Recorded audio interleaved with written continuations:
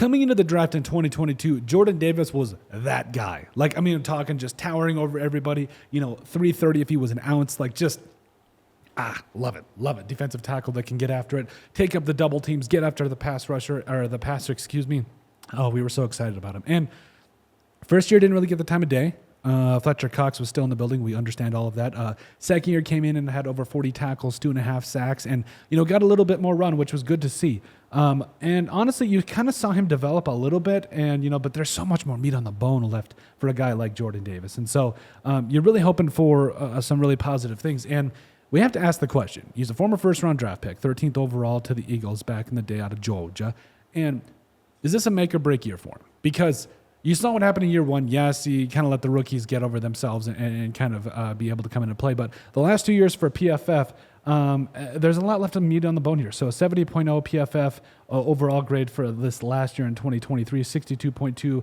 PFF run defense grade, as well as a 67.3 pass rush grade. And then, again, that was kind of building off of a 71.4 overall grade in 2022, where his run game defense grade, was a 71.8 and pass rush was a 59.4. So, I mean, there's a lot left on the bone here.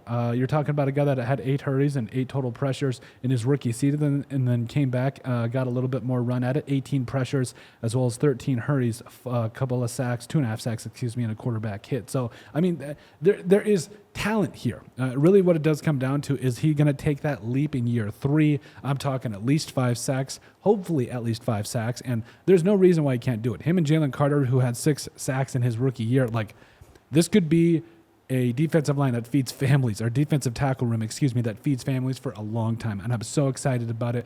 But we do start to get a little bit and wanting a little bit more from Jordan Davis, taking up those double teams, holding up stout against the run. How is he going to fare out? Now, it looks like he's shedded down a little bit in terms of weight and everything. He's also showing off a new haircut, which you love to see in training camp and everything. But it really does come down to what we can expect from Jordan Davis. And, I think that he is going to come in and he's going to continue to perform. I think that with what we've seen him in for the first couple of years, there's very few players that are C.J. Stroud that come in and just tear the roof off the building and play really well. It just doesn't happen, right? And so I think Jordan Davis, he's got the tools, he's got the knowledge, he's got everything that you need from a defensive tackle to come in, tear the roof off the building in year 3 and do some really good things. And it's not like the Eagles aren't exactly talented. I mean, they do have players that can come in and get the job done, but I think that it really comes down to Jordan Davis being that guy for the Eagles. And so, I think that the current defensive tackle room for the Eagles doesn't necessarily pose a huge threat, even though you do want him to come out and just get it done in year 3. So,